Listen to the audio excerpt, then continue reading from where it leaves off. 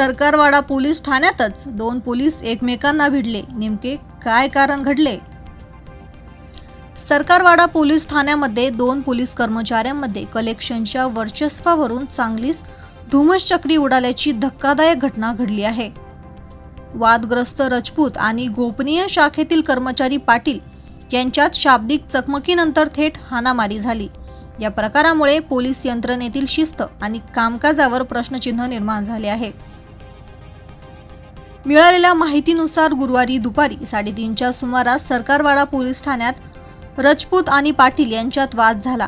सुरुवातीला दोघांमध्ये शाब्दिक चकमक झाली, मात्र काही क्षणातच हा वाद हातघाईवर गेला। दोघांनी एकमेकांना लाथाबुक्क्यांनी मारहाण केली, कपडे फाडले आणि संपूर्ण पोलीस ठाण्यात गोंधळ उडवून दिला।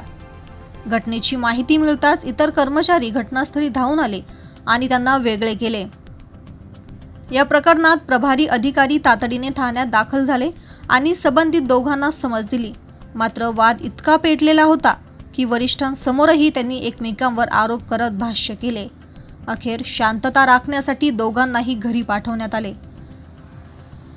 शहरात गुन्हेगारी वाढत असताना पोलीस ठाण्यातच अशा घटना घडणे हे नागरिकांच्या सुरक्षेच्या दृष्टीने गंभीर मानले जात आहे। या घटनेमुळे कलेक्शनच्या वर्चस्वावरून पोलीस ठाण्यात अंतर्गत कुरबुरी असल्याचं स्पष्ट झालं असून पोलीस आयुक्त कर्णिक या प्रकरणी काय भूमिका घेतात याकडे सर्वांचं लक्ष लागलं आहे। पोलीस ठाण्याच्या हद्दीतील अवैधरित्या धंद्यांना परवानगी देणे किंवा चालू धंदा बंद करणे यासह विविध अवैधरित्या सुरू असलेल्या धंदे चालकांकडून वसुली अर्थात कलेक्शन करण्यासाठी सर्वच पोलीस ठाण्यात कलेक्टर म्हणजे सुभेदार असतो आणि ही सुभेदारी पोलीस ठाण्याच्या वरिष्ठ पोलीस निरीक्षकाच्या मर्जीतील पोलीस कर्मचाऱ्याकडे दिली जाते।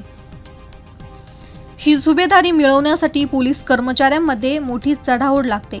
यातच पूर्वीचा सुभेदार किती कलेक्शन करतो त्यापेक्षा डबल कलेक्शन देऊ असे सुद्धा सांगितले जाते आणि हीच सुभेदारी मिळवण्यासाठी दोन कलेक्टर अर्थात सुभेदारांमध्ये वाद झाल्याची चर्चा पोलीस वर्तुळात सुरू होती।